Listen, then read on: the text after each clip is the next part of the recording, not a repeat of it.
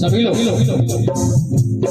सृष्टि का आधार है राजा, सृष्टि का आधार है राजा, सृष्टि का आधार है राजा, सृष्टि का आधार है राजा, जीवन का आधार है राजा, जीवन का आधार है राजा, जीवन का आधार है राजा, जीवन का आधार है राजा।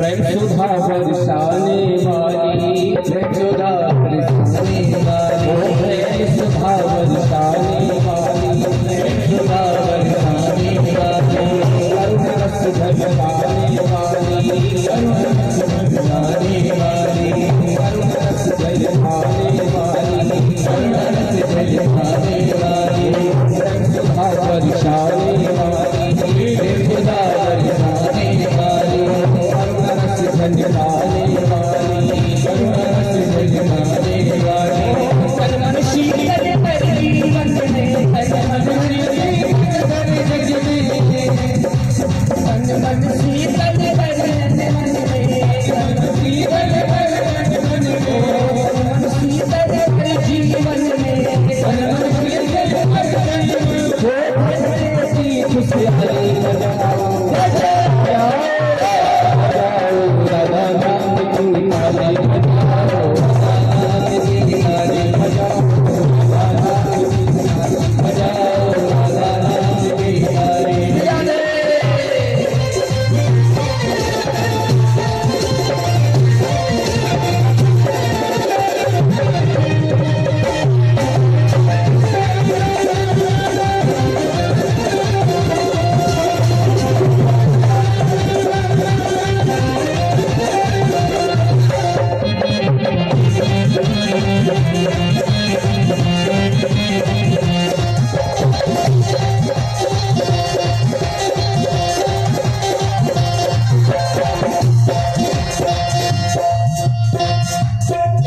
ताली बजाने से हंसने का अच्छे हो जाता है, मतलब इसकी कृपा हो जाती है। अच्छा क्या करते हैं इसकी कृपा जरा सुनिए। कृपा दृष्टि जिस पर करे, कृपा दृष्टि जिस पर करे, कृपा दृष्टि जिस पर करे, कृपा दृष्टि जिस पर करे, परम नजर जिस पर करे, परम नजर जिस पर करे, नजर करम जिस पर हो जाती, नजर करम जिस पर हो जाती,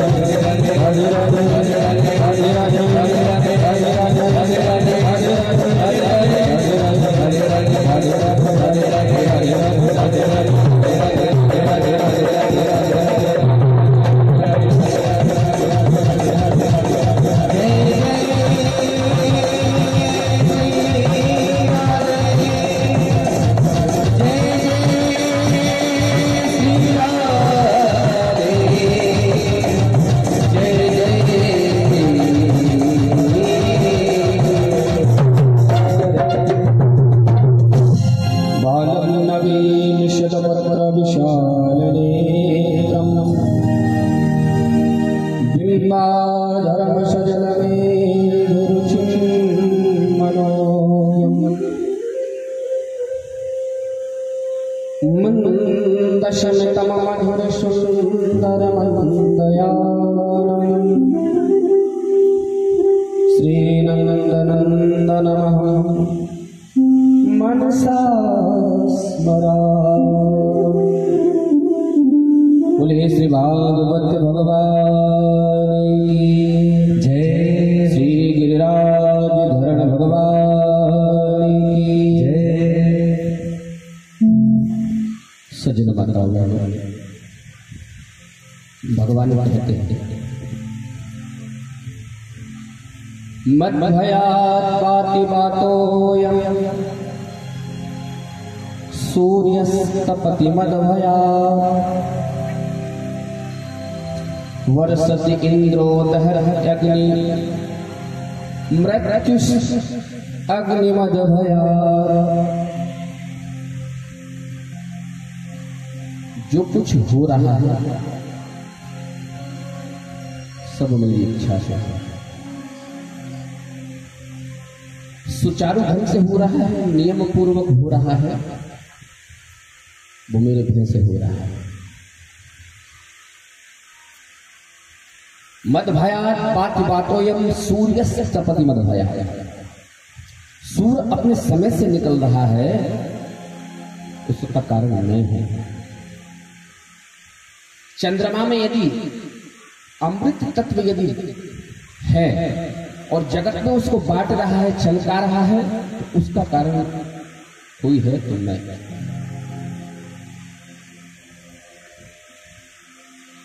यानी भगवान। बस हमसे यही गलती होती है।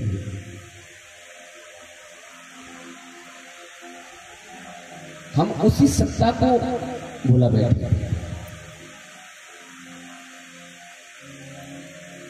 और फिर मैं और मोर तोर ते माया, सब यही विडंबना है।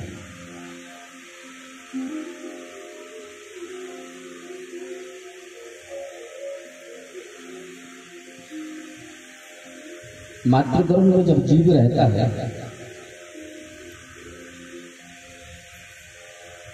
तो केवल 9 महीने में ही उसको सब समझ आ जाती है। 7वें माह में कहते हैं कि जब 1 माह का मात्र उदर में जीव का अंश रहता है एक पिंड के रूप में, दूसरा माह प्रारंभ होता है कि समस्त शरीर का निर्माण हो जाता है। 4थे माह से गर्भस्थ बालक जो मां आचरण करती है उस आचरण का अनुभव करने लग जाता है। 7वें माह का गर्भ पूरे परिवार का जहां जहां मां जाती है उस वातावरण का अनुभव करने लग जाता है। 7 माह का गर्भ जब इस प्रकार का अनुभव करता है तो 9वें माह में उसको पूर्ण रूपेण जानकारी सुख दुख आदि हो जाता है। मातृगर्भ में किस प्रकार का दुख है तो शास्त्र कहते हैं कि न भूतो न भविष्य।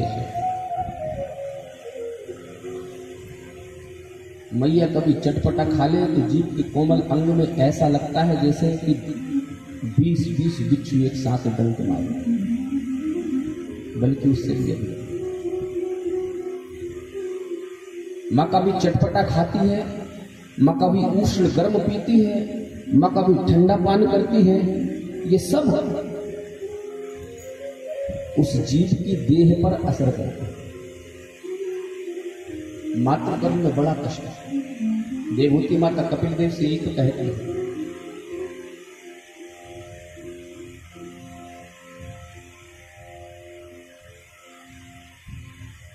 जब सारा की सारा कष्ट उसे मालूम रहता है, न भूतो न भविष्यति में जो कष्ट नहीं मिला, न पहले मिला था न बाद में ऐसा होगा, तो जीव उस कष्ट के निवारणार्थ परमात्मा से प्रार्थना करता है कि हे ठाकुर, बिल्कुल निश्चल भाव से एक बार, केवल और केवल एक बार इस मातृ गर्भ से मुझे बाहर कर दे, फिर ऐसा कर्म करूंगा कि पुनरपि जननम पुनरपि मरणम पुनरपि जननी जठरे शयनम, मां के गर्भ में फिर दूसरी बार मिला। भगवान उसकी दीनता पर प्रसन्न तो होते हैं और उससे कहते हैं कि तू यही वादा करता है, 84 लाख में चक्कर लगा रहा है, कभी इस गर्भ में गया, कभी उस गर्भ में गया, कभी मनुष्य की गर्भ में आ गया, तो कभी पशु आदि की गर्भ में चला गया। हर गर्भ में जीव की यही स्थिति है। 84 लाख हर बार तो यही प्रार्थना करता है। और जैसे ही तुझे बाहर करते हैं तो भूमि परत भा डाभर पानी, जिस प्रकार वर्षा का जल जब गिरता है आकाश से तो वायु में यानी आकाश में रहते रहते स्वच्छ रहता है, और जैसे ही बूंद आकर पृथ्वी पर पड़ी तो पृथ्वी की मिट्टी धूल धूसर आदि का संग लेकर के उसी में मिल जाती है, अपना अस्तित्व स्वयं का खो देती है, समाप्त कर देती है। और फिर मैं और मोर तोड़ते माया के चक्कर में पड़ करके फिर ऐसा कर्म करता है। तो सज्जनों, माताओं बहनों, मैं तो निवेदन करूंगा आपसे कि जैसे ही जीव इस संसार में आते हैं, आते ही अपसगुन हो जाता है। ये बुजुर्ग, ये सियाने लोग ये कहते हैं ना, अगर कोई कहीं जा रहा हो, यदि कोई टोक दे तो बोले अच्छा नहीं होता टोकना। और जीव जब संसार की यात्रा पर निकलता है तो सबसे पहले दुनिया के लोग पूछते हैं, दुनिया के लोग टोकते हैं, क्या हुआ,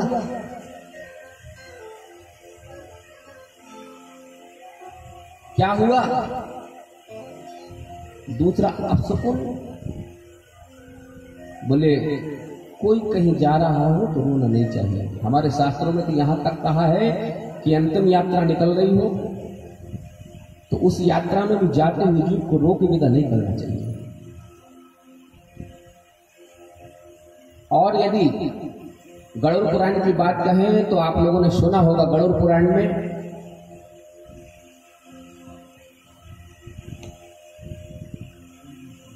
कपाल क्रिया के समय की बात है कि जब पुत्र कपाल क्रिया करे उस समय फिर डहा के रो, बाकी और किसी समय नहीं रोना चाहिए। गरुड़ पुराण में यहां तक आया है, जब कपाल क्रिया हो अपने माता पिता की पुत्र करता है उस समय उसको जरूर रोना चाहिए, तो केवल आंसू नहीं, दाह मार के रोना चाहिए। एक बात आदि में आप लोगों से निवेदन कर दूं, आज के समय में बहुत से प्रश्न आते हैं, पर्चियों में भी आते हैं। लोग कहते हैं कि गुरुजी मृत्यु भोज पर कुछ बोलिए।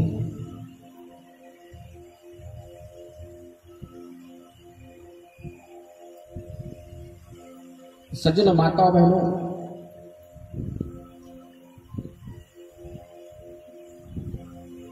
मैं नहीं मानता कि मृत्यु भोज होता है। हमारी संस्कृति मृत्यु भोज की अनुमति दे सकती है। गंग भोज जरूर कह सकते हैं, समाज भोज जरूर कह सकते हैं, और ब्रह्म भोज जरूर कह सकते हैं, मृत्यु भोज नहीं। किसी के मरने पर हम खाने थोड़ी जाते हैं। ये प्रारंभ कब से हुई किसको मालूम है? शास्त्रों में तो यहां तक आया है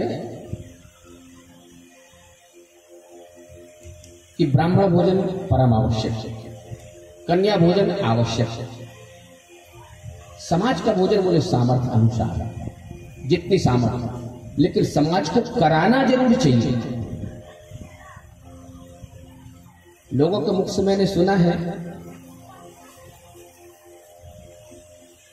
अब एक बात पहले सुन लीजिए, ध्यान दीजिए इस बात पर। मैं ना विरोध कर रहा हूं ना समर्थन कर रहा हूं, केवल अपना मत रख रहा हूं, केवल अपना मत। विरोध समर्थन दोनों नहीं है, मैं अपना मत रख रहा हूं।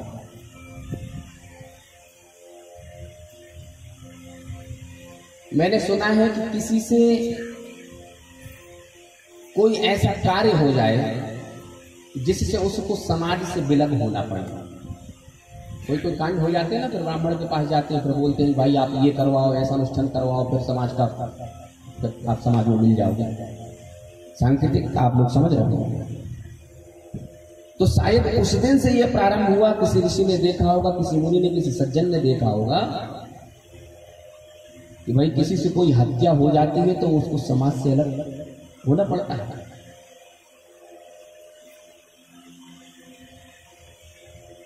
तो जब एक पुत्र अपने बेटे की खोपड़ी में डंडा मारता है, खोपड़ी फोड़कर उसके प्राण निकालता है, अरे राम नाम सत्य कहते हुए पीछे क्यों चलते हैं? 3.5 करोड़ रोए में से किसी भी रोए में से प्राण निकल जाए, किसी को मालूम है? या किसी रोए में अटक जाए? तो ब्रह्म ग्रंथ का मतलब ये है कि यहां से निकलना प्राण सबसे उत्तम है, उत्तम। इसलिए हमारे कर्मकांडियों ने, पूर्व आचार्यों ने नियम बना दिया। वो कहते हैं कि शरीर का सबसे मजबूत भाग भी ये है। तो जो पुत्र अपने पिता की खोपड़ी फोड़े और कोई की हत्या करने में समाज से अलग हो जाए और पिता की खोपड़ी फोड़े तो फिर वो, तो इसलिए समाज शुद्धि के लिए उसको ये भोज कराना चाहिए और समाज को करना चाहिए। पहला मत। लोग कहते हैं कि ये तो मैं ये नहीं कह रहा हूं कि उसने इतना किया तो मैं भी, अपनी सामर्थ्य के अनुसार सामाजिकों को भी उसमें मंत्रणा करके उसकी व्यवस्था कर लेना चाहिए। दूसरी बात, जो लोग इसको बंद कराना चाहते हैं कि किसी के घर में तो किसी का पुत्र गया, किसी का पिता गया, उनके घर में दुख है, ये है, तो केवल कर्म कांड करें, पिंडदान आदि, और समाज को थोड़े बहुत लोगों को, नहीं तो फिर ब्राह्मणों को सामर्थ्य है नहीं है, उसका समर्थन मैं करता हूं। लेकिन कब? जब समर्थन करूंगा तब समाज के लोग ये मुझे संकल्प करके दे कि हम खड़े खड़े जानवरों के जैसे किसी भी बफर सिस्टम में भोजन नहीं करेंगे। तब अरे भाई बंद करना है तो सबसे पहले बफर बंद करो। इंसान की मानवता को खत्म कर दिया है, इंसानियत को खत्म कर दिया है। हमको मनुष्य से जानवर की ओर ले जाने वाले ये कर। तो मेरे से यदि समर्थन चाहते हैं, किसी की चिट्ठी आई थी तो उस व्यक्ति से मेरा विनम्र अनुरोध और निवेदन भी है, और विनम्रता से, बड़ी विनम्रता से कहना है कि भैया सबसे पहले प्रचलन समाज में जो चल रहा है खड़े होकर के खाना, जूते पहनकर खाना, मैंने एक दिन और कही थी, हमारे शास्त्रों ने कितने सुंदर नियम बनाए हैं कि मनुष्य मात्र को बैठकर भोजन करने की विधा बताई। जानवरों को बोले खड़े होकर, पूरा जानवर को आपने चलते हुए देखा? 2-4 गड़ैया खेत की हुए और एक में पेट भरा जाए, लेकिन बाम मान नहीं हो जाकर गड़ैया में थोड़ी और चले, फिर दूसरी गड़ैया में चल जाए, फिर तीसरी। हमारे साथ हम भी तो वही कर रहे हैं, जा गड़ैया में से ले लो, फिर बगड़ैया में से, फिर बगड़।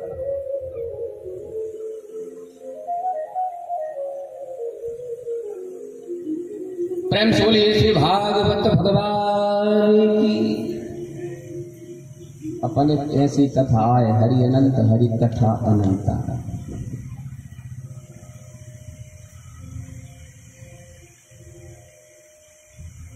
एक एक मक्षरम पुंसाम महापातक नाशनम।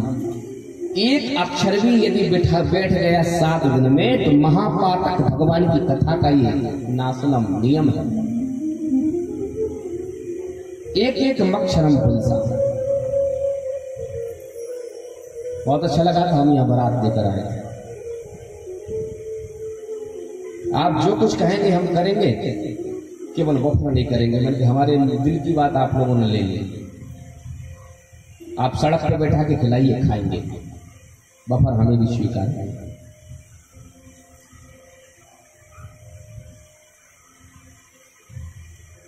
बारात लेके आए थे हमारे छोटे भ्राता जी के यहाँ पर, गाड़रवाड़ा से हमारा संबंध है। प्रणाम करते हैं आपको, आपके ब्राह्मणत्व को आपकी सेवा को क्षत्रियों ने और अन्य सभी ने मिलकर के क्या सहयोग किया था, क्या सेवा करी थी। मैं निवेदन कर रहा हूं कि मद भयात बाकी बातों यम, जो कुछ हो रहा है भगवान कह रहे हैं, जीव बड़ी प्रार्थना करता है एक बार तो निकाल दे। भगवान कहते हैं निकल तो जाता है, लेकिन फिर निकलने के बाद अच्छा आदमी ये सोचे कि मात्र गर्भ में कष्ट था, गर्भ में पलने वाला, गर्भ में है क्या? एक मकान कोई बनाए, मकान हड्डियों की दीवार खड़ी करे, मांस मज्जा सान करके गारे से, गारो बना तो नहीं, सीमेंट का और रेत का, सीमेंट रेत जल से ही तो गारा बनता है। मांस मज्जा को सान करके मिला करके खून उसमें मिला दे, रक्त मिला दे उसको, और फिर उसके ऊपर हड्डियों रूपी ईंट को रखते जाए, बाहर से खाल को प्लास्टर करवा दिए जाए, और उस मकान में मल आदि भीतर पहले भर दिए जाए। फिर आपसे कोई कहे कि चलो भैया मकान तैयार है, रह पाओगे क्या?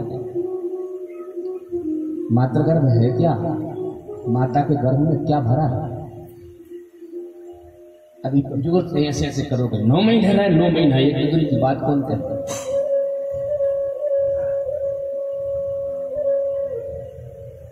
बड़ा कष्ट जीव भगवान से प्रार्थना करता है। भगवान कहते हैं कि तू नहीं नहीं, एक बार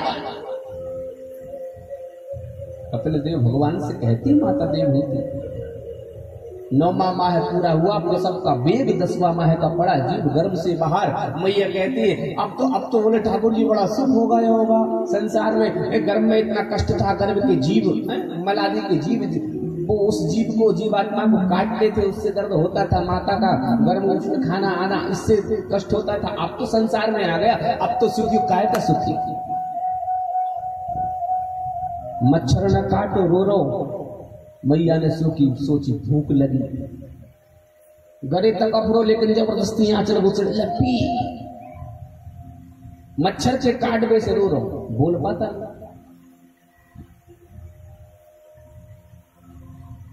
तो आप सबसे पहले क्या हुआ, और फिर रोते हैं। तो कहते हैं कि रोते हुए बिना किसी को करना ठीक नहीं। और बच्चे संसार में सबसे पहले आके काम यदि कोई करता है तो रोता है, और यदि बच्चा नहीं रे मैया तो घर के रोल लगे, का पता गूंगा तो नहीं, बेर हो तो नहीं, बोर हो तो नहीं। बोलो ना भागवत भगवान की।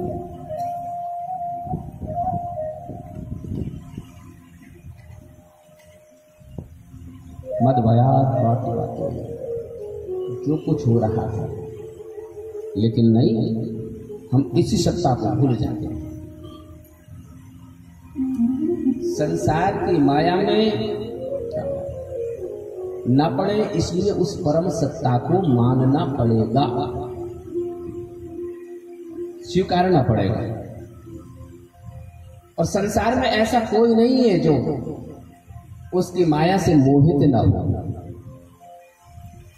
लेकिन उस माया को पार करना, जगत के साथ चलना संभव है तो उसकी कृपा के बल पे है।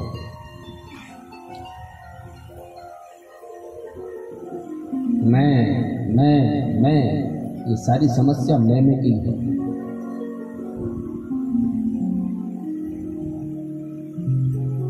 बकरा का सुना होगा आपने, मैं करता है, तो मैं करते करते गर्दन ही कटवा लेता है।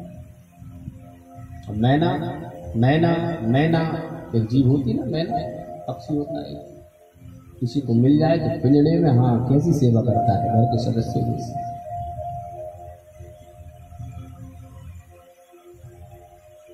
क्या भगवान, कौन सा भगवान, कैसा भगवान, लोगों को कथा में आने की फुर्सत नहीं।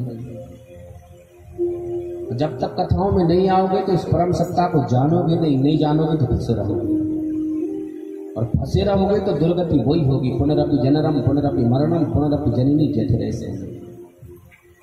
कथा में होता क्या है? बोले उसकी जानकारी होती है, तो जब तक उससे जानकारी नहीं होगी तो उससे हम प्रेम करेंगे कैसे? और जब तक परमात्मा से प्रेम नहीं होगा हमको हमारा उद्धार होगा कैसे? जानो बिन न होई परिचिति, बिन परिचित होई नहीं प्रीति। जब तक नहीं जानेंगे तब तक प्रेम कैसे होगा? लोग बाग अभिमान करते हैं यदि मोहल्ला का पार्षद बन जाए, वार्ड मेंबर, ऐसी छाती तान वार्ड मेंबर बन जाए, 2-4 जीप गाड़ी हो जाए, 4 व्हीलर, तो फिर तो बाकी पांव धरती में नहीं लगे, कहे पांव।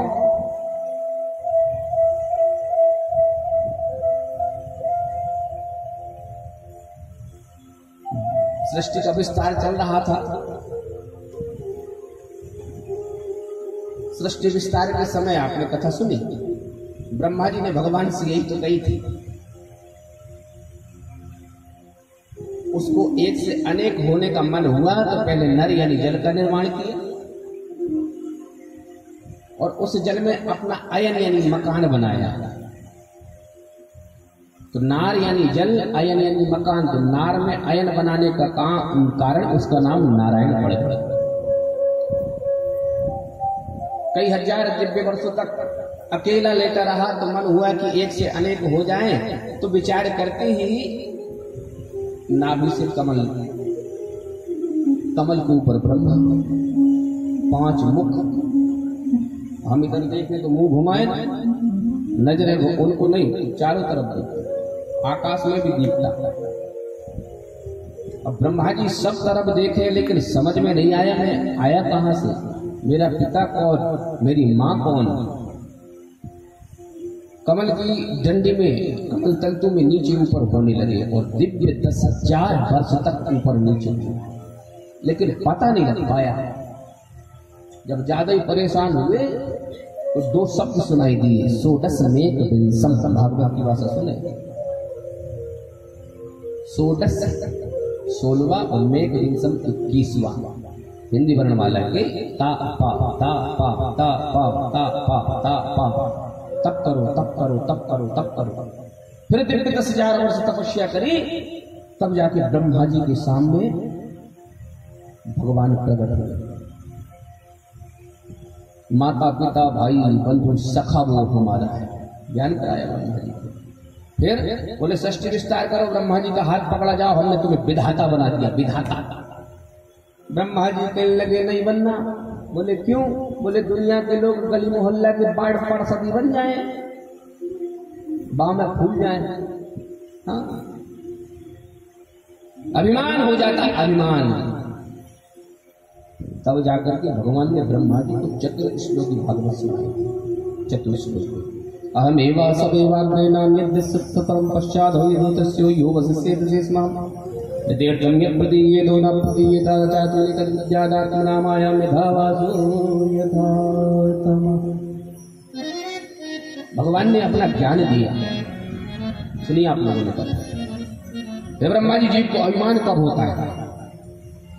अरे ऊँट रे ना ऊँट, आप लोग कहते हो ना, जब तक ऊँट पहाड़ के नीचे नहीं आए तब तक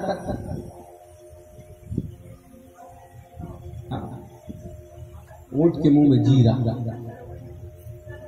वही ऊँट यदि पहाड़ के नीचे चलो जाए तो फिर वहां पहाड़ के मुंह में ऊँट समझ में आने लगेगा कि जीरे का मतलब क्या होता है। ब्रह्मा जी, जीव अभिमान तब तक करता है तब तक मेरी सत्ता को नहीं जानता, है मुझको नहीं जानता। अच्छा देखिए भगवान कैसे है, जरा विचार करें, भगवान की सत्ता क्या है।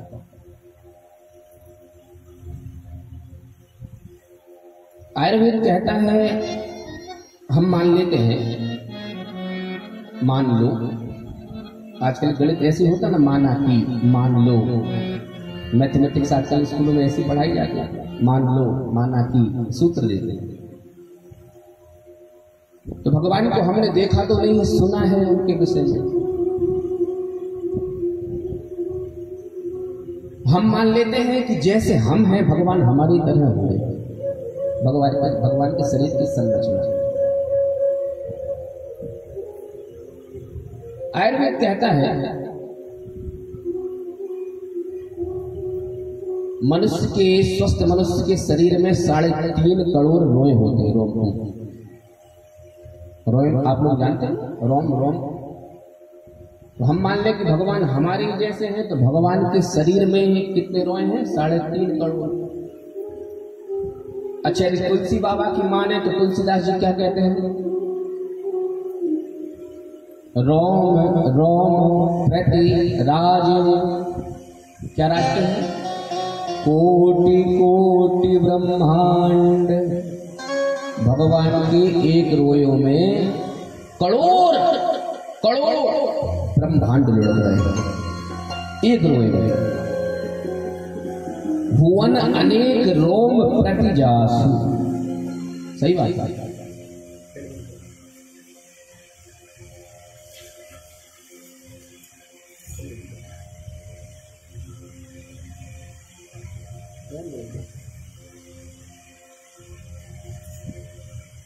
भुवन अनेक रोम प्रति जासु। प्रेम से बोली भागवत भगवान की। भगवान के एक रोए में करोड़ ब्रह्मांड है।